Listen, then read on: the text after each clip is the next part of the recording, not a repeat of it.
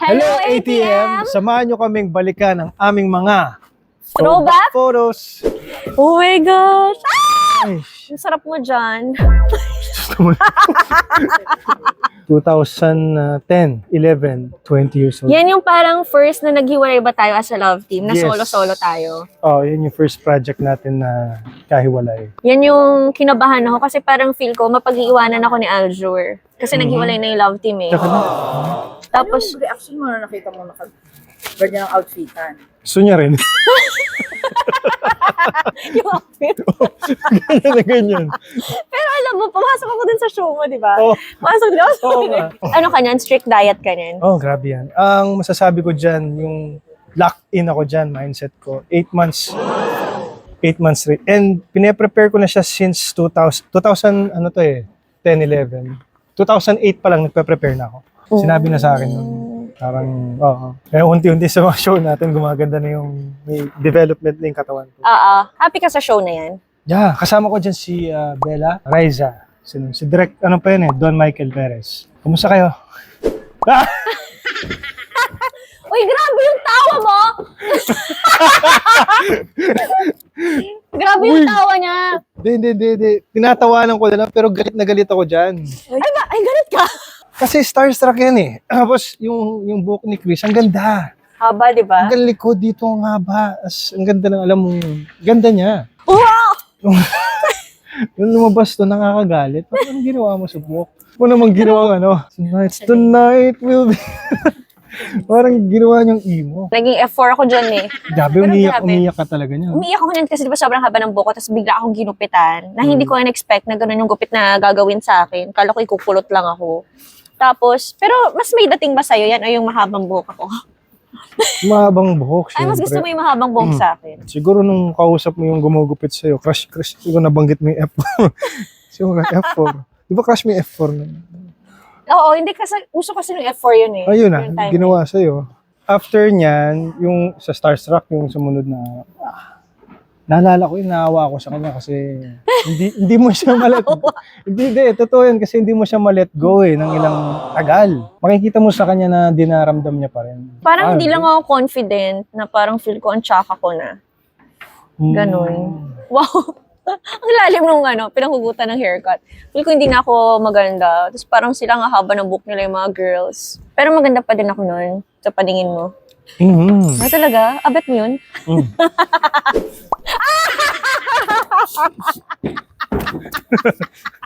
Tuwod mo.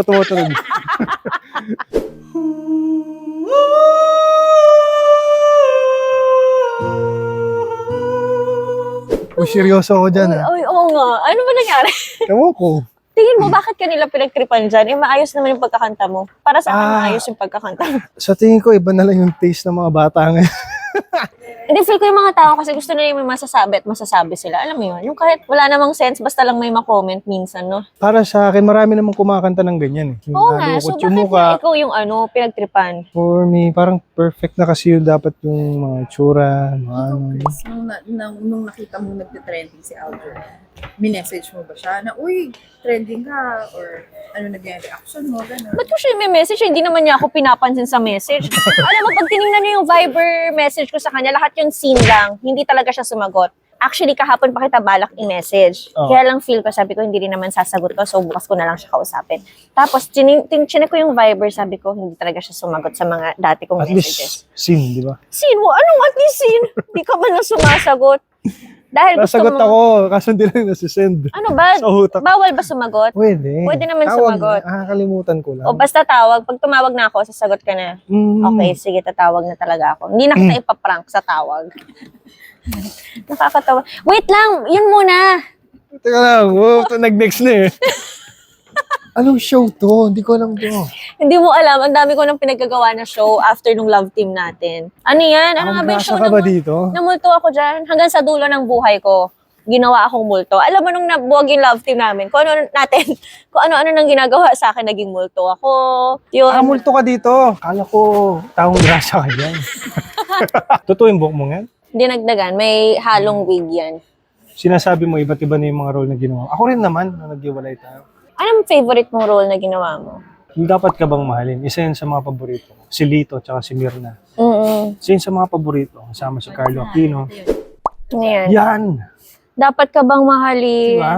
First naming bida na drama. Grabe yan. Kasi meron ng Zaido at saka Boys Next Door. Meron pa. Pero grabe tong show na to. Ito talagang nagbigay sa amin ng mataas na ratings kaya nagtuloy-tuloy din yung shows namin. Direk Mario yan. Direct Mario, no? Mario J. Tsaka si Direk Rado. Ang ganda rin kasi ng ng kwento. Bata kami, o Tsaka sakto sa edad namin yung role. Eh, 18 na ako dyan. Tapos yung T-card yan, naalala mo yung gumagalaw, yung magkikis tayo na gumagalaw. Naalala mo yun? Yung parang every time magko-commercial, lalabas, dapat ka bang mahalin? Tapos gumagalaw tayo na nakaganon. Oo nga, no? Naalala mo, pinaka-cover? Oo. First time nila gumawa ng gumagalaw na T-card. Ngayon ko lang napansin. First time pala nila yun. Oo, pero naalala mo. Oo, naalala ko ngayon pag magko-commercial na. Saging close ba kayo dahil sa project? Mas naging close kami. At saka hindi lang yun kasi dami namin ginawa eh. So naging close talaga kami. Coffee Prince. Yan yung pinaka parang nagto-32 yung ratings. Tanghali. Nakakuha pa tayo ng di ba? Ng letter from GMA, from the bosses na kinakongratulate tayo kasi ang taas ng ratings natin. Time na yan, talagang lang. Well-guided kami. Nila Direk Mario, sa karakter natin. Diyan talaga nag-start lahat. Kaya nagtuloy-tuloy yung shows namin. Kung gagawa ulit tayo ng soap, anong gusto mong genre?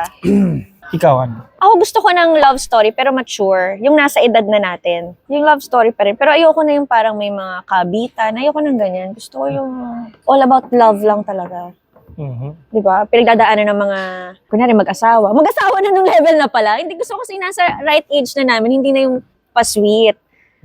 Diba? Yung mature na yung role. Yun yung gusto kong gawin if ever magkaroon ako ng soap with you. Ganong level na. Come on, everybody. It's a brand new start. Yung buhok ko talaga, nakakapik ko na. Hindi, wala talaga malino na picture nun. Kami, buhok ko. Diba? Oh my gosh, yung buhok natin. Ang kapal ang buhok mo, John. Tsaka doon, yung style ng buhok mo parang sa mga senior ngayon. Nakakainis. Yung parang mga naka-fly away. Ang ganda ng jewel. Na-expect mo na manalo ka? Hindi ko na-expect na mananalo kasi ang ganda ng mga kalaban ko eh. Tsaka ang gagaling din nilang lahat. Ako kasi wala naman, parang feel ko, ano bang talent ko? Parang gano'n. Lahat kasi yung iba, maganda, mestiza, maganda, sumasayaw, kumakanta, kung ano-anong mga talent. Ako yung parang na-question ko, bakit ako mananalo? Grabe gulat talaga ako na umabot ako sa 4. Deserve mo naman talaga. Ha? Talagang mananalo. Talaga deserve ko? Oo. Naniniwala ka? Oo, magaling ka. Tsaka palabang ka, no? Di palaban, may spirit of Alam mo yun? Talagang animal spirit. Sa Starstruck, ang hindi ko makakalimutan, yung kinabukasan yan. Bakit? Birthday mo? Tanda ako yan. Pag-uwi ko, paggising ko, wala na. Yung parang Tapos na yung Starstruck. Na-experience ba rin mo yun? Hindi. Masaya ka na. Ha? Okay naman ako. Ako, na-experience ko, tapos na. Anong gagawin ko ngayon? Yung hinaharap ng katawan ko, yung pagod, yung puyat, maligo, mag-workout. Yung araw-araw, di ba? Oo. Yung paggising ko, parang, natapos na. Parang nakatatunan siya sa akin na nasa sistema ko. Oo, na araw-araw may ginagawa kami, may challenge. Tapos biglang after tumigil. Tapos pumunta pa tayo sa GMA para mag-interview. Tapos hindi ako sanay kasi relax tayo. Ang sharp ng memory mo. Nakalimutan ko na yung mga yan. Ganito na ata tayo pag nanay. Charot. Ayan mga kapuso, maraming salamat po sa panonood nitong vlog na to. Sana nag-enjoy kayo. Nabalikan yung mga throwback photos namin. At ikaw, Aljur, may masasabi ka ba? Mga ka-ATM, sa mga crispers. Crispers. Ano ba ba? Ano sa Alab, mga fans mo, diba? Alab. Alcris. Ano pa ba? May Chris Jur pa ba nun? Oo, maraming na buong mga love team kung saan saang lugar. House of Flies, abangan po ninyo Mondays to Fridays, 3:20 p.m. on GMA Afternoon Prime. AJ Abrenica sa IG. Hindi mo pa kabisado. Yan, the official Aljur Abrenica sa Facebook. Di ba nagtitiktok ka? Meron ako sa TikTok. Puro mga kanta yan, di ba yung mga kanta mo? Follow me on my social media pages at Chris Bernal on Instagram, at Chris Bernal Official on Facebook, and on my YouTube channel, She is Crispy. And on TikTok, She is Crispy. O, di ba? Ang dami kong ginagawa. TikTok tayo. Bye, ATM!